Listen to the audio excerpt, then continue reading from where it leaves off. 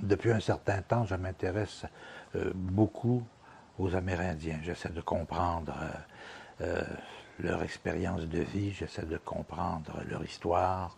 Et ça m'amène évidemment, à prendre connaissance de plusieurs ouvrages, de feuilleter, de parcourir plusieurs ouvrages. Et en voici un que j'ai trouvé récemment et qui m'a été très utile dans les circonstances. Il s'agit d'un ouvrage qui porte sur George Dan George, qui est, où on disait à l'époque le Chief George, finalement le chef Dan George. Ça s'intitule les plaines du ciel. Et puis je me suis amusé à chercher dans cet ouvrage certaines réflexions que je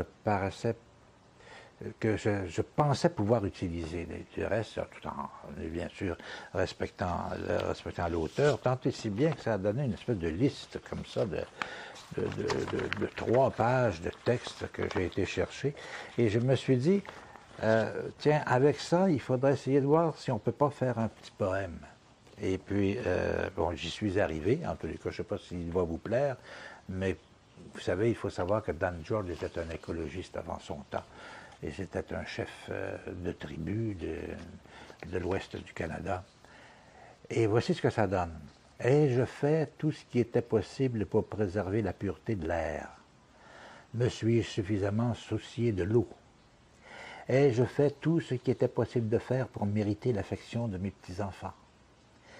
Le temps presse et il nous faudra faire beaucoup d'efforts. Jamais la terre n'a eu autant besoin de la compassion des hommes. Ce jour-là, je voulais transmettre à mon petit-fils quelque chose de mon passé. Aussi l'ai-je amené en forêt, dans un coin retiré. Et par mon chant, j'ai appelé le loup pour qu'il vienne présider la cérémonie alors que je célébrerai le rite qui lierait mon petit-fils et le loup pour toute leur vie. Assis à mes pieds, il m'a écouté lui parler des pouvoirs qui ont été accordés à chaque créature. Il est resté immobile alors que je lui expliquais comment la nature avait toujours été pour nous dispensatrice de nourriture, de gîte, de confort et de spiritualité. Puis, j'ai chanté. J'ai chanté avec l'amour au fond des yeux. J'ai chanté et mon chant a glissé sur les rayons du soleil d'arbre en arbre. Lorsque je me suis tu, on aurait dit que le monde entier retenait son souffle pour écouter le loup nous répondre. Nous avons attendu longtemps, mais aucune réponse n'est venue. J'ai alors compris pourquoi aucun loup n'avait entendu mon chant. Il n'y avait plus de loup. Il n'y avait plus de loup.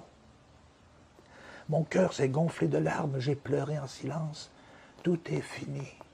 Tel le loup qu'on cherchera en vain dans ces bois, mon visage est celui d'une espèce en voie de disparition. Comment les enfants peuvent-ils rêver de merveilles pendant que nous leur laissons nos problèmes en héritage? Quels espoirs nourrissons-nous en eux alors que nous les menons au désespoir? Les hommes qui profanent la terre sacrée sont la cause de bien des afflictions.